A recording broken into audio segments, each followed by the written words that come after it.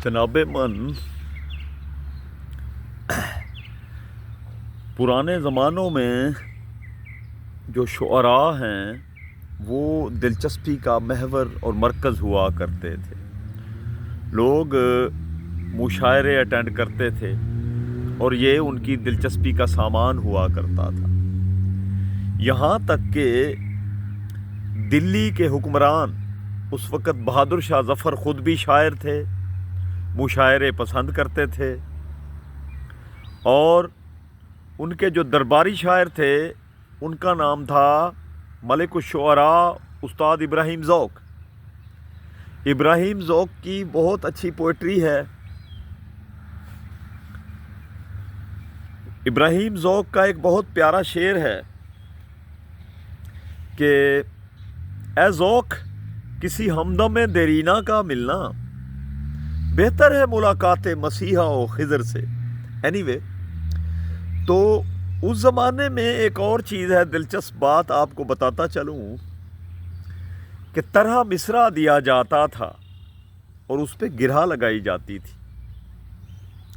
गालिब के बारे में ये वाक़या आपने पढ़ा होगा, सुना होगा कि गालिब अपने मुसाहिबीन के साथ बैठा हुआ था कि पालकी में मलिकुश्शुअरा उस्ताद इब्राहिम ज़ौक़ का गुज़र हुआ, तो उसने उसको तंज़िया तौर पर यह कहा, बना है शह का मुसाहिब फिरे है इतराता, बना है शह का मुसाहिब फिरे है इतराता, मगर ना गालिब की शहर में आबरू क्या है।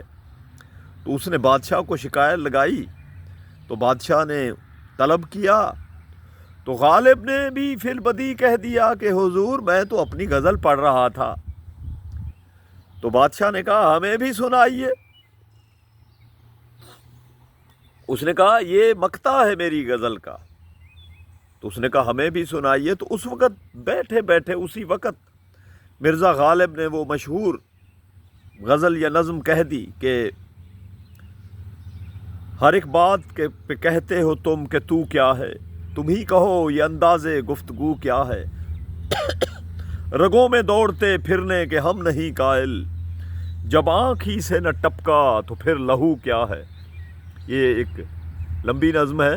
बहरहाल कहते हैं कि एक लखनऊ का एक शायर चला गया दिल्ली, और उस वक़्त जो थे जो शुअरा थे उनकी एक मजलिस लगी हुई थी और एक तरह मिसरा था जिस पे वो गिरहा लगाने की तगोदो में मसरूफ़ थे। उसने कहा हजूर जान की अमान पाऊँ तो मुझे भी बताइए क्या है तरह मिसरा जिस पे गिरहा लगानी है। तो उन्होंने कहा जनाब तरह मिसरा ये है कि रगे गुल से बुलबुल के पर बांधते हैं, रगे गुल से बुलबुल के पर बांधते हैं। उसने कहा हजूर जान की अमान पाऊँ तो उस पर गिरहा लगा दूँ, बुरा ना मनाइएगा। गिरहा जो है वो एक मिसरा होता था, उसका पहला मिसरा या बाद में लगा के शेर मुकम्मल कर देने के नाम को गिरहा लगाना कहते थे। उसने कहा जाओ जान के अमान दी लगाओ इस पे। तो उसने कहा कि सुना है दिल्ली में कुछ उल्लू के पट्ठे, सुना है दिल्ली में कुछ उल्लू के पट्ठे रगे गुल से बुलबुल के पर बांधते हैं।